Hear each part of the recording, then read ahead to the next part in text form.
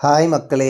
எல்லாரும் சந்தோஷமா இருக்கணும் மக்களே. மக்களே இன்னைக்கு நம்ம ஒரு விஷயம் நான் உங்ககிட்ட வந்து ஷேர் பண்ணணும் அப்படின்னு நெனைக்கிறேன் மக்களே. ஆக்சுவலா எப்பவுமே இந்த குக்கிங் வீடியோஸ், வெளில போறது, வர்றது இந்த மாதிரி நெறைய விஷயங்கள் நான் போட்டிருந்தாலும், நான் இதுக்கு நடுவுல வந்து நான் நெறைய சொல்லியிருக்கேன் மக்களே. என்னன்னா, எங்க அம்மாக்கும் வந்து உடம்பு சரியில்ல, எனக்கும் உடம்பு சரியில்ல அப்படின்னு சொல்லிட்டு, இப்போ இது இது கடைசி வரை கேளுங்க. உங்களுக்கு வந்து ஒரு எக்ஸ்பீரியன்ஸா இருக்கும் அப்படின்றதுக்காக தான் நான் சொல்றேன் மக்களே.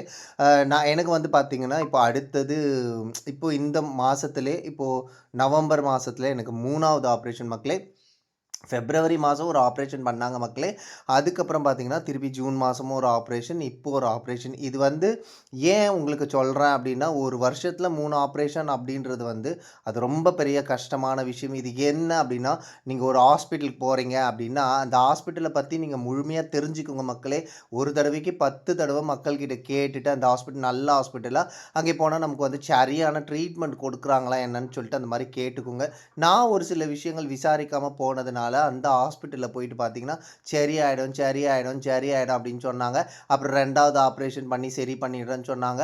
அதுலயும் எனக்கு 6 மாசமா எனக்கு சரியாவல. இப்போ 3வது ஆப்ரேஷன் வரைக்கும் கொண்டு வந்துட்டாங்க மக்களே. நம்ம வந்து சரி டாக்டர் பார்த்துருவாரு, டாக்டர் பார்த்துருவாருன்னு சொல்லிட்டு பார்த்தீங்கன்னா, நான் வந்து ஜூன் மாசத்துலருந்து இப்போ அக்டோபர் மாசம் வரைக்கும் வந்து வெயிட் பண்ணிட்டு இருந்தேன் மக்களே. இப்போ வந்து பார்த்தீங்கன்னா, எனக்கு வந்து வலி அதிகமாயிடுச்சு அப்படின்னு சொல்லி நான் போய் பார்க்கும்போது பார்த்தீங்கன்னா, வேற ஒரு ஹாஸ்பிட்டல்ல சிடி ஸ்கேன் எடுக்கணும், எம்ஆர்ஐ ஸ்கேன் எடுக்கணும் அப்படின்போது, இங்க எனக்கு வந்து பார்த்தீங்கன்னா, இன்ஃபெக்ஷன் வந்து உடம்பு ஃபுல்லா பரவி போச்சு. இது ரொம்ப மோசமான கண்டிஷன் அப்படின்ற நிலைமைக்கு கொண்டு வந்தாச்சு மக்களே. இதுக்கு முன்னாடி வரைக்கும் பார்த்தீங்கன்னா, எனக்கு ஆப்ரேஷன் பண்ண டாக்டர் வந்து நல்லா பார்ப்பாரு, நல்லா பார்ப்பாருன்னு சொல்லிட்டு நான் ரொம்ப நம்பிக்கையோட இருந்தேன். நெறைய பேர் சொன்னாங்க, "நீங்க வந்து போய் வேற ஹாஸ்பிட்டல் பாருங்க, பாருங்க" அப்படின்னு சொன்னாங்க மக்களே. "இல்ல சார் நல்லா தான் பார்க்குறாரு, சார் நல்லா தான் பார்க்குறாருன்னு" சொல்லிட்டு அவர வந்து நான் நம்பி இருந்தேன். இப்ப பார்த்தீங்கன்னா, இப்போ உயிருக்கே பிரச்சனை இருக்கு. அந்த நெலைமைக்கு கொண்டு வந்து விட்டாச்சு மக்களே. அதனால உங்க வீட்டு ஒரு பிள்ளையா நெனச்சு நான் உங்களுக்கு சொல்றேன். உங்களுக்கு அம்மைக்கா இருந்தாலும் சரி, அப்பாவா இருந்தாலும் சரி, இல்ல கூட பொறந்தவங்க யாரோ, உங்க ஃப்ரெண்ட்ஸ் யாரா இருந்தாலும், ஒரு ஹாஸ்பிட்டலுக்கு ஒரு சர்ஜரி, ஒரு ஆப்ரேஷனுக்கு நீங்க போக போறீங்க அப்டின்னா, தீர்க்கமா விசாரிச்சுக்கோங்க மக்களே. இந்த ஹாஸ்பிட்டல் நல்லா பண்ணுவாங்களா?